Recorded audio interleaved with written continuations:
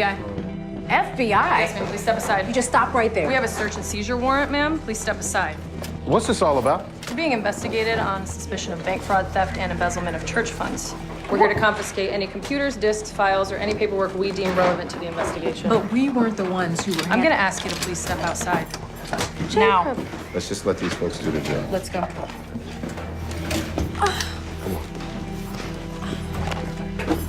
Oh, one more thing, Mr. Greenleaf. That's Pastor Greenleaf. Right. I assume you have an accountant? Of course we do. Today on HCTV, we have a special guest, our first online interview with Dani Deette, who is a Harper Creek class of 2002 graduate, and she has moved on to some exciting endeavors that she's going to share with us. Dani, welcome, and where did you start after you graduated Harper Creek? Well, thank you. I appreciate it. Let's see. After I graduated from Harper Creek, go Beavers, I went on to go to college at Michigan State University. So I went there for 4.5 years. I studied, I got a bachelor's in criminal justice. And where did you work in law enforcement for how many years? It was a total of 7.5 years after college that I worked in that field. I originally worked for Target Corporation doing some asset protection work. I was an executive for them. And then I did Children's Protective Services investigation for the state of Michigan, where I was a Children's Protective Services investigator investigating abuse and neglect. And from there, I made the transition to the Department of Corrections, where I was a felony level probation officer and ultimately became a court liaison. So I liaisoned between the Department of Corrections and the Oakland County Circuit Court, which is one of the biggest court systems in the state of Michigan. And one of the main reasons we have you here today is to talk about what you're doing now, which you transitioned into acting. And now are based in Atlanta and been in various TV shows and movies, which is really exciting. So fill us in on how that came about. And for those who don't know, your name at Harper Creek was Danielle Dykins, and your mother still works at Harper Creek. So yes, she's Mrs. very proud. Dykins. Mrs. Dykins in the cafeteria. So she's real proud of you and keeps me informed on your various TV and movie roles. So we're excited to hear about that. I'm sure she does. She is a proud mama, and me and my brothers thank her for that. So she's awesome. But so hi, Mom. But yeah, so right. A lot of people are like, wait a minute, you worked in law enforcement and now you're a TV and film actor. What the heck happened? When I was working in law enforcement, I would come home and my reprieve from the day of my stressful day would be watching my TV shows. And as I was sitting there watching them, I would constantly be like, I could totally do that. I just knew, right? There was just this gut feeling in me that I knew that there was something else that I should have done, right? But then the logical, academic minded part of me would tell me like, yeah, but that's not practical. Right? So, and I did enjoy my career, and I did it for many years, and I enjoyed it, and I felt like I was making a big difference in my community and all of those things, and I have the utmost respect for anybody who's working in law enforcement or military. I'm constantly talking about that.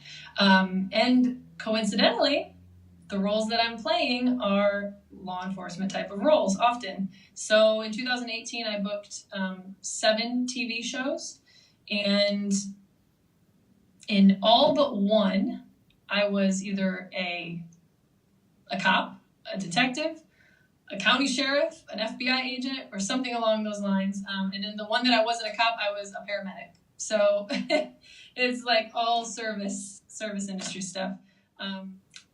I ultimately just decided that I needed to chase my dream, and I needed to stop making excuses as to why I couldn't and telling myself that I couldn't. How did you pick Atlanta then? I know that's a hotbed now of production for television and movies. Definitely. So Atlanta is the Hollywood of the South, is what they call it. And it's a huge market. We have an amazing tax incentive here through local government, and these productions are coming here and they're getting tax write-offs for shooting their films here. And so it's become this hub, and there are studios popping up left and right. There's tons of production offices. We've got agencies all over. Talent agencies is what I'm talking about.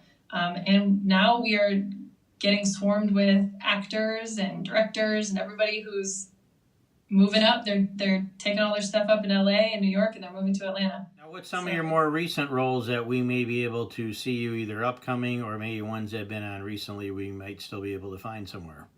Okay, so recently I had an episode come out on Greenleaf is the TV show. That is one of the shows that's on Oprah's network, which is OWN network.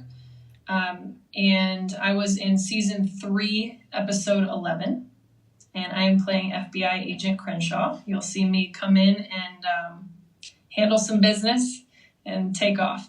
So that's one that's currently already airing. And I don't even remember the episode number, but I'm in season 2, episode 9 of The Gifted on Fox, which is a Marvel show about mutants, which is awesome. And I'm in the opening scene of that. And I, with this law enforcement stuff, a lot of times you're coming in, you're just doing something really quick, and then you're heading out. And then the stuff that's yet to come out, I had a couple shows where my coverage got cut. That's something that happens after all this hard work and all these levels of hoops that you have to jump through and get approved. After casting approves you, then producers have to approve you, directors have to approve you, and then ultimately the network has to approve you. Sometimes you go and you get on set and you shoot, and then your stuff gets cut, and nobody knows that you were ever on the show. So this year that happened with Ozark on Netflix. I was supposed to be in Ozark, but my scene got cut for time, and sometimes things get cut for various reasons. And so hopefully I'll be back for season 3.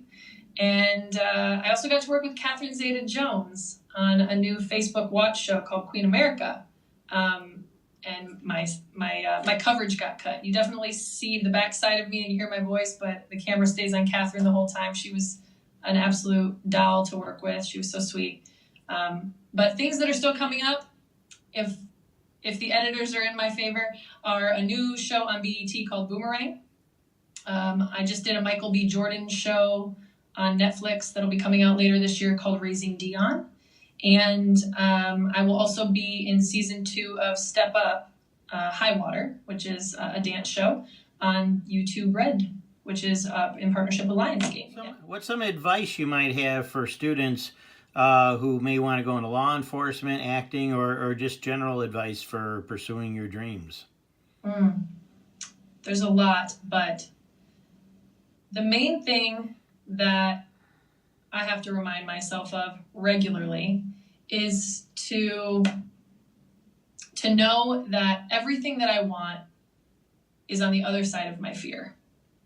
And what I mean by that is that we have resistance to following our dreams for various reasons. And it might be the fear that we're not good enough. It might be the fear that other people are projecting onto us, although they might think that they're doing it in a really loving way because they're trying to protect us.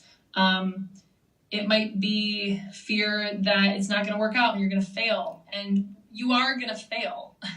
I've done it many times, but there's so many amazing success stories out there that were based on multiple failures, which led to their success. So I say fail often and fail forward. And just know that if there is something inside you that is tugging at your heart and tugging at your gut, and you know what your purpose is, and you know that this is something that if you weren't getting paid for it, you would do anyway, then you have a responsibility to yourself and your own future happiness to just push aside all of those fears and forge through it.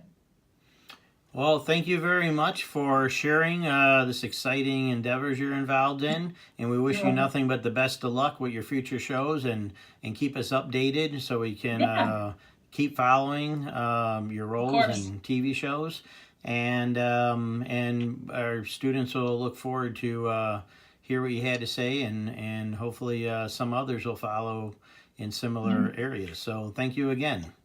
You're so welcome. Thanks for having me. Okay, take care. Bye. We have a few questions we need to ask you. Oh, thank goodness you're here. There's something going on here. It is highly unorthodox. Let me show you.